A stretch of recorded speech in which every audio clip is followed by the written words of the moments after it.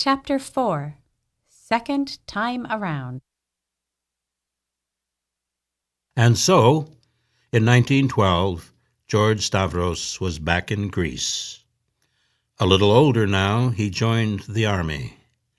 By the next year, the fighting was over.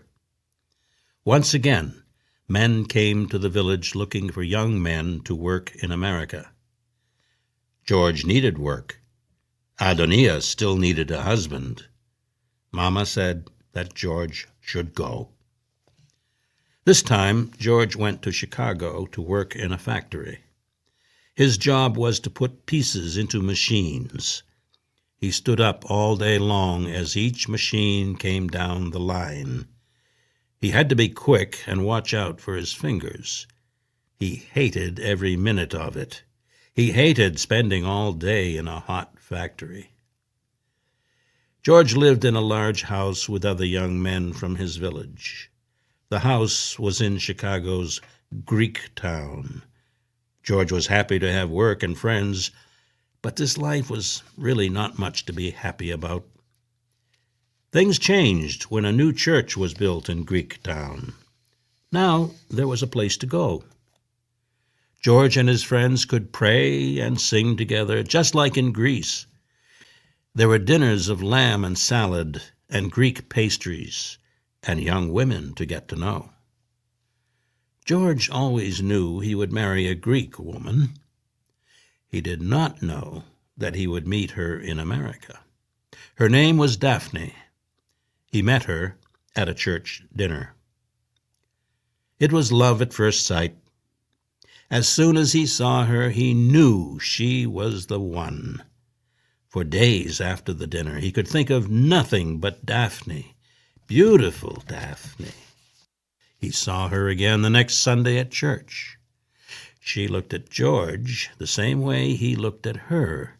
She smiled at him the same way he smiled at her. Hundreds of people filled the church, but for George and Daphne there were only two. One day, George and Daphne were walking in the park. "Wouldn't it be nice if we were married?" said Daphne. George stopped in his tracks. Nothing would be better than to marry Daphne, but that was not possible.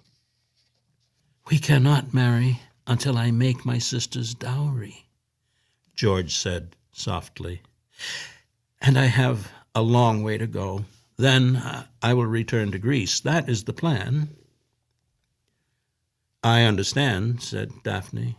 "You know, I have no dowry to give to you. We don't have dowries in America."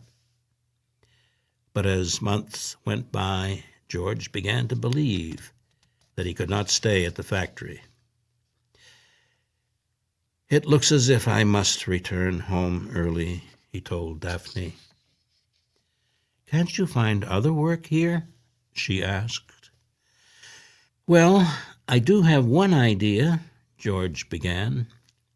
"It might be fun to buy a push cart. I could sell ice cream on the street. I'd be outside all day long." "Selling ice cream? That's a fine idea," said Daphne. "Will you give me free ice cream?" "Of course," said George. "I'll give you all the ice cream in the world."